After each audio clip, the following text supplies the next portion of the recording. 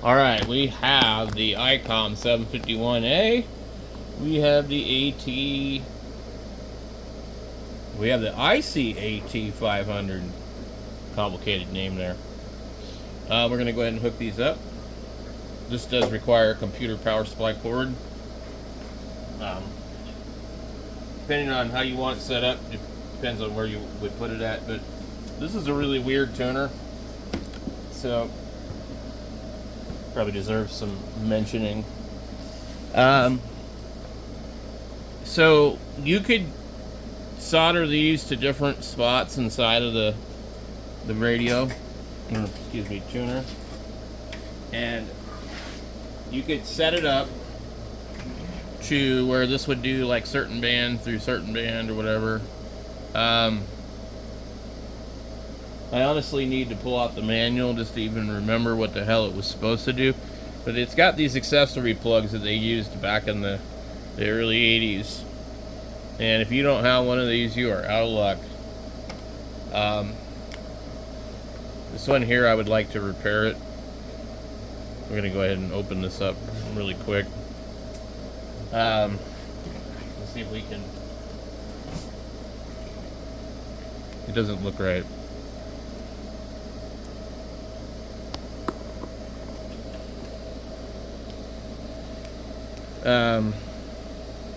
I don't know if somebody already fixed it.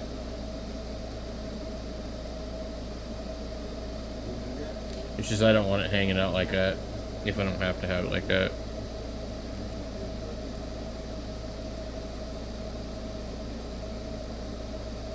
This is like an era bygone of Icom weirdness. And I don't know how many radios use this. Probably just all the 80s ones, and then they started doing all the weird DIN pin crap, you know.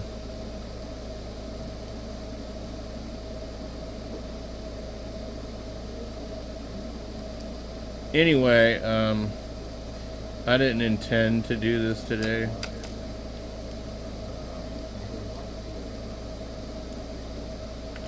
Pull that out of there. Let's take a look and see what we got. Hopefully. Okay, so this is going to be pretty straightforward. We'll just twist it to where it's not hanging out no more. And or you could even just go like this. You give it a little bit of strain relief, you know. We'll just do that. We'll just bunch it up.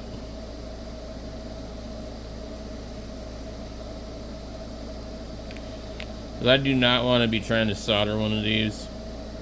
It's not like the worst thing I've seen, but I really don't want to.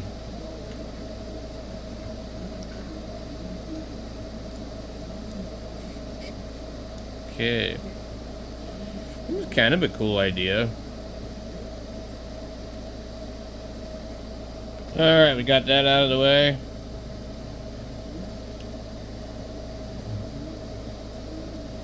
The other one apparently is exactly the same way. Let's go ahead and do that one too.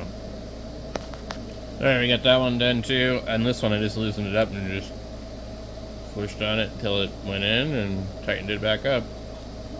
So, back to the tuner. So you could pull this plug here and you could go 12 volt with this cord. I actually have, man, it doesn't want to come out. I have, maybe I have one of these, I don't know. This matches the port on the tuners, I think. I think the way they designed it was you clip that wire. I don't know. Anyway. There's an AC and DC switch right here too. So you got accessory 1 and 2. So basically, 1 would go to your radio, 2 would go to your amplifier. And basically, it's cat control. It's pre-cat control. 761 came out. It had cat control. It had underneath the back of the radio was a little tiny headphone plug. So anyway, we got you tell these ones here, they have these two little ridges. You just look for those. And you see there's only this many pins populated. You get 2 down here, and 2 here, and 2 here. 2, 4, 5, 6 pins. And our current plug only uses 5. It uses these 2 and these 2. It doesn't use that one.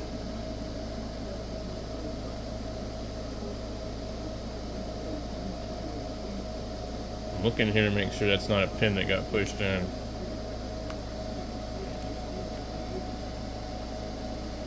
Nope, they look pretty good.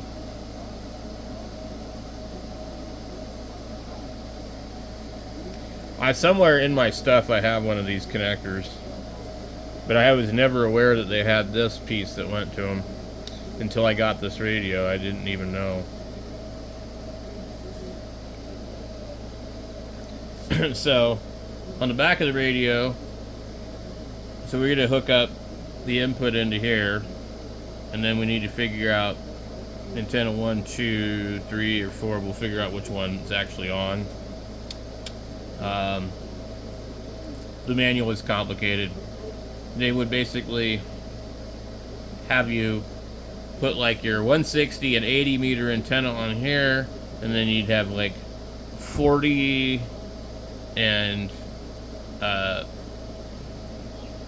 20 on here, and then like 17 and 12 on here, and then 10 over here.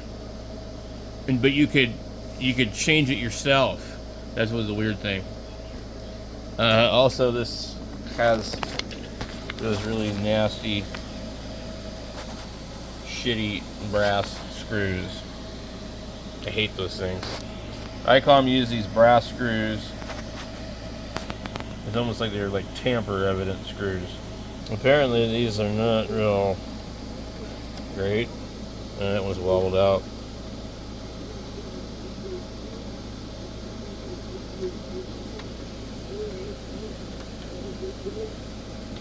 Anyway, so we got that hooked to the radio, and I believe we should be able to detect which one's the antenna without it powered on, because I don't think it has to be on to do a pass-through. So let's go ahead and just turn the radio on for some audio. And we'll find our coax cable.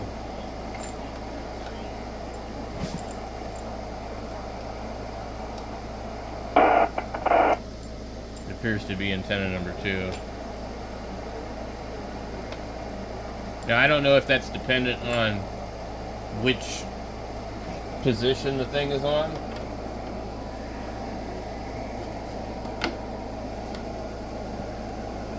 Let's get this thing rotated around.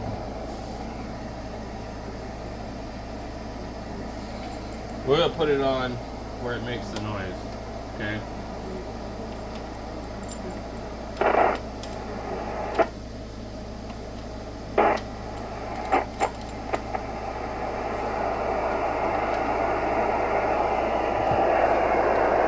Have a little veil. If you look at the tube, you'll see the color is of the older radios. Then you find it cool.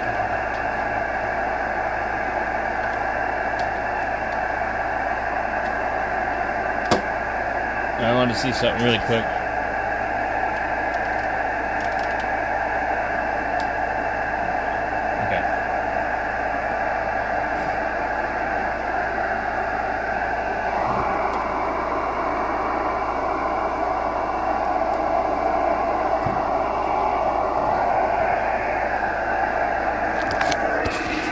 So you see this would be the color of an Icom 740, 745, 730. and then it kind of went into this color for these ones, and then I believe the 761 was like a blacker kind of color. The trim is a different color. It's similar. It's different. All right.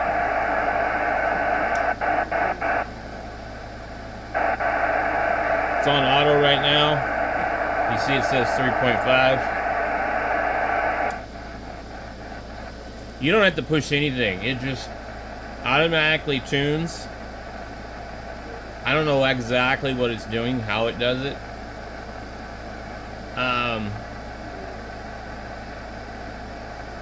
Actually, the tuner is off.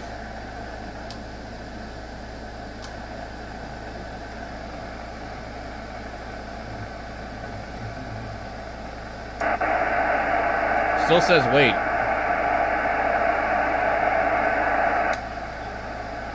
Put it on auto tune. It doesn't say wait or anything like that.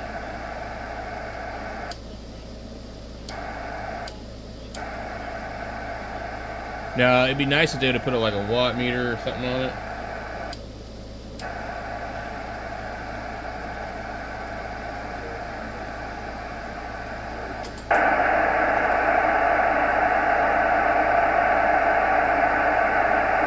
There's no tuner button on the radio.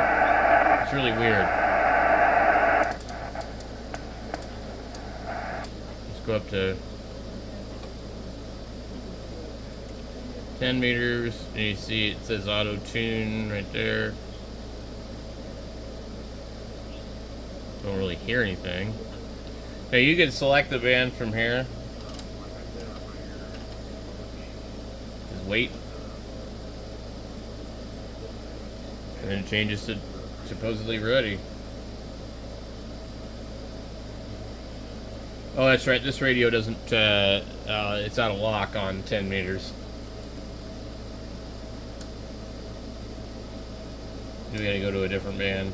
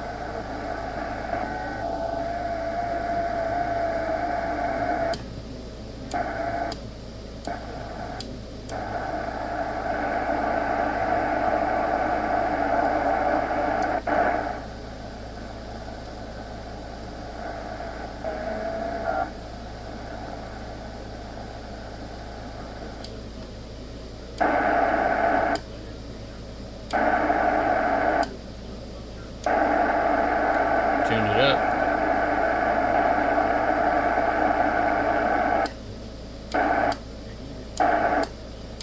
Pretty quick.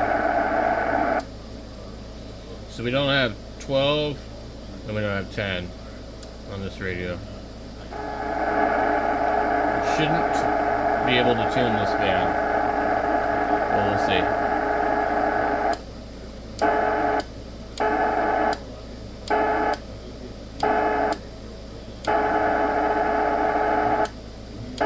Like 1.7 to 1 SWR somehow on the radio. It says that it's tuned.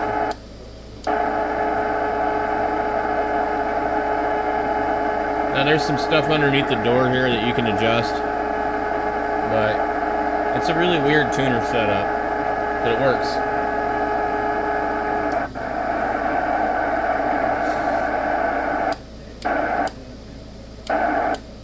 I had to key it up like once or twice just to make sure, and then it like adjusted itself a little further. So what it seems to do is it seems to get as close as it can on some other type of testing. Maybe it sends a little small signal out, I don't know. And then when you transmit it, it adjusts itself real fast. I'm like actually surprised.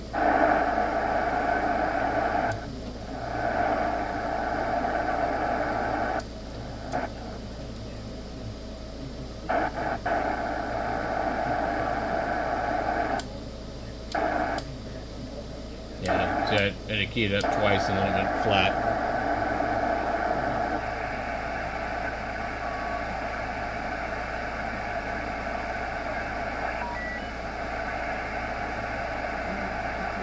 It doesn't look like anything on 40.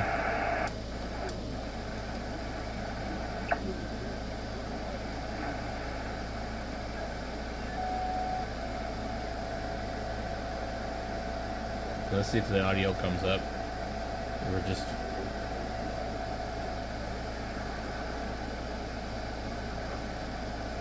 Okay, so watch. There's no carrier, so it doesn't know what's going on. It was already there. This band's just real quiet.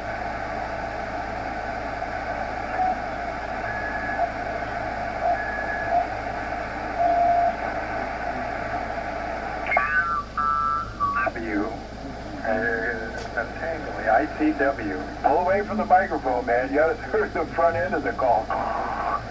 You're too close to the microphone there. Pull back a little bit. Yeah, these new microphones, boy, they're sensitive. ICW, is that right?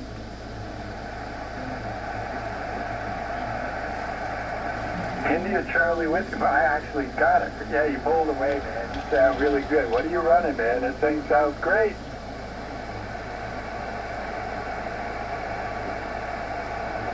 You killed it!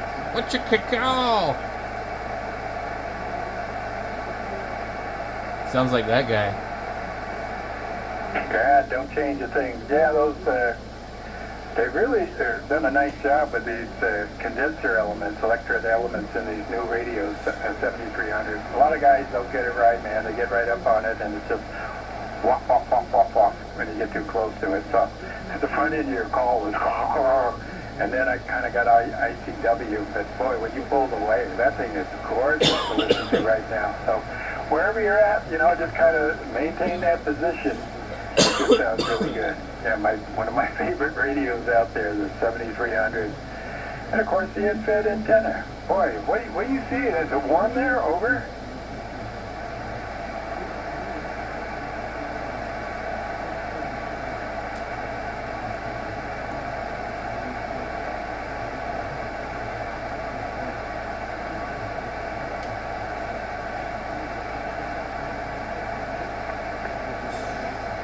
Yes, it is. I got a friend in Phoenix that's really tracking the weather. What was it, 2 weeks ago? It was 117 in Phoenix. Oh, yeah, good. You're up in the high country and enjoying some cooler weather. Probably don't even know what to do with it at 50 degrees. Wow.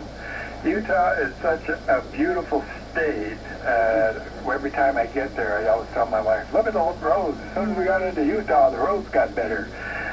Stop at rest stops. The bathrooms are cleaner.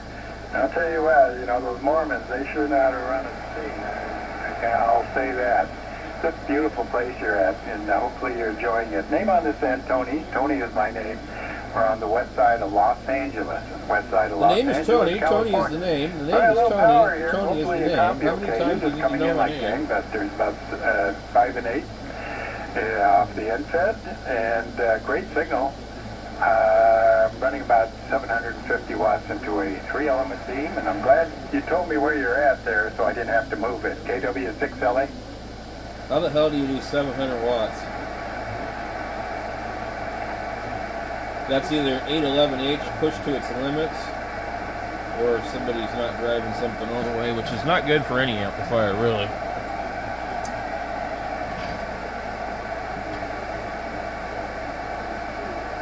Very good. We got a good path between us. A lot of times, you know, not too many people operate out of Utah. You know, hands per capita and all like that. But when we hook up with people in Utah, usually it's a good signal, just like 5-land for California. That's like #1. A lot of hands operating and good propagation. First 2,000 miles. Well, you sound great. And so what's the rig there? You said motorhome? Over?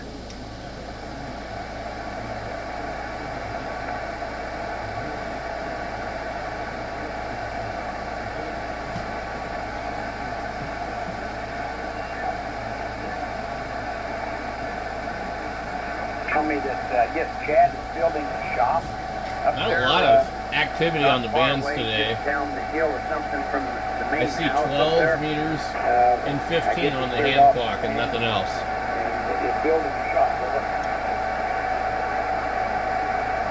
Chad? Anyway, that's it for the ic-at500 tuner.